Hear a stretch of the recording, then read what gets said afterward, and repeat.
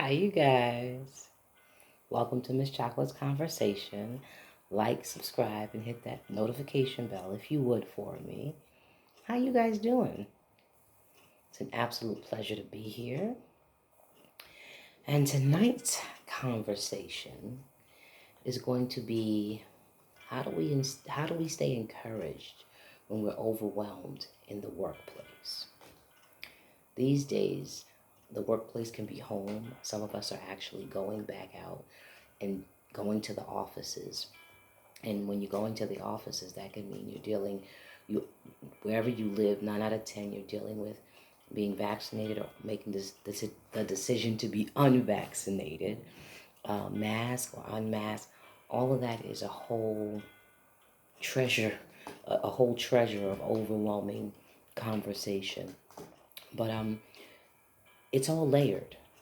No matter whether we're working from home or whether we're going into the office, a lot of us, whether we have children, whether we have partners, whether we're single, all of us are coming and trying to adjust to learning a new normal. And because in more cases than not, even before the pandemic, we've been so conditioned to just go about our day and be disconnected from ourselves while we fulfill the needs of others, be it fulfilling the needs of work because we have to eat and provide for ourselves. But we can also be neglectful to our personal needs because we want to tend to our partners or we want to pour in so much to our children. But whatever the situation is, we can become depleted. We can become depleted, and that's why I wanted to come on here and just pause for a moment and talk to you guys, or give you guys a moment of pause, because so many things are happening. So many people are overwhelmed to the point of suicide or just wanting to hurt themselves, and you just need to be encouraged. And you can't be encouraged if you're still carrying the same weights. If we and that's just not for you guys. It's for me too. As I speak to you and encourage you, I have to remind myself often of the things that I'm telling you guys, because we can all get so lost in the regular norm of, doing everyday things that we just disconnect from our own feelings and our own emotions. So let's excavate it. Let's excavate the matter. And how do we do that? Oftentimes, again, if we just going about our day and we're into the normal everyday routine, we can absolutely become disconnected from what we feel. We push those feelings aside and say, okay, well, my partner needs this, or the kids need this, and your needs are put to the back burner. And over time, it's a chipping. It's a slow chipping away little by little. And that can't bring encouragement. You can't be uplifted because you're too weighted down. So the first step in getting encouraged and partaking and being uplifted in any kind of those emotions, you have to be truthful and being honest about being disconnected from how you feel and how you deal with those feelings are important.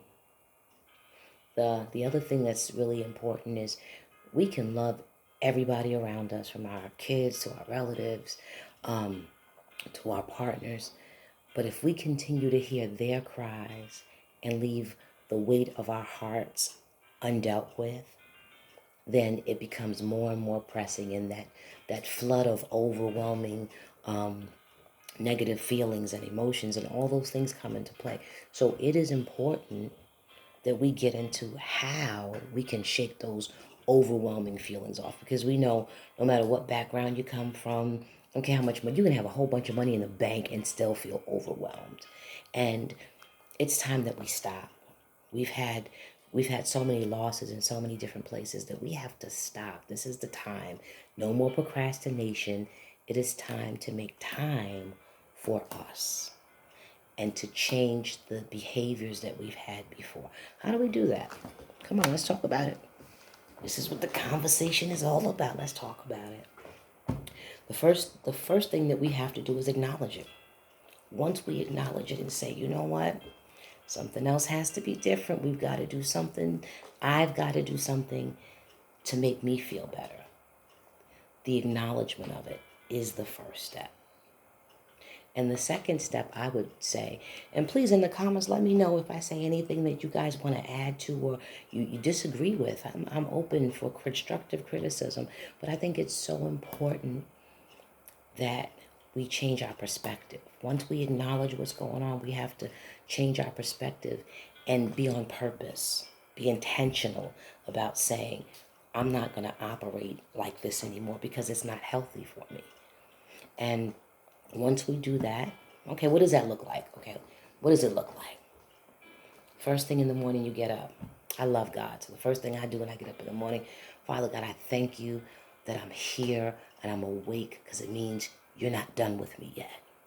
First thing, as soon as your feet hit the floor, be thankful. Be thankful. If you don't believe in God, just be thankful. However you think, just be thankful. That's the first step. And then that bathroom run, that's universal too. While you're in that bathroom, and get up early enough so it's nobody else but you. You need to hear yourself. You need to listen to yourself. You need to speak into your spirit. So do all of this before anybody else gets up. And you tell yourself 3 things. Just find 3 things, 3 small things that you can start with and walk with throughout the day. Let me see, some things that I might say to myself. I find different things every morning to say to make me feel good. One thing that's always steady is I tell myself, because my Bible tells me that I am beautifully and wonderfully made. So I tell myself I'm beautifully and wonderfully made. I am stronger than my challenges. We prove this just by waking up. I am stronger than my challenges. I tell myself that. I tell myself things like I am humble, I am wise, I am rich with love. I am rich with love as I learn my lessons with grace today. Just talking to yourself. Let your first conversations be with yourself and with God.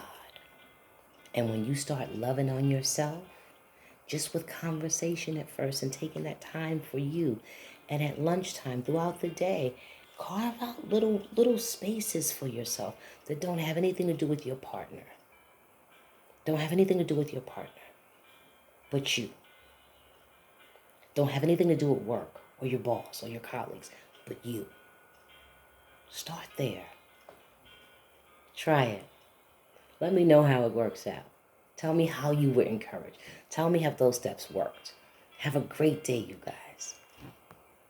Come in. Come pop in for the next conversation.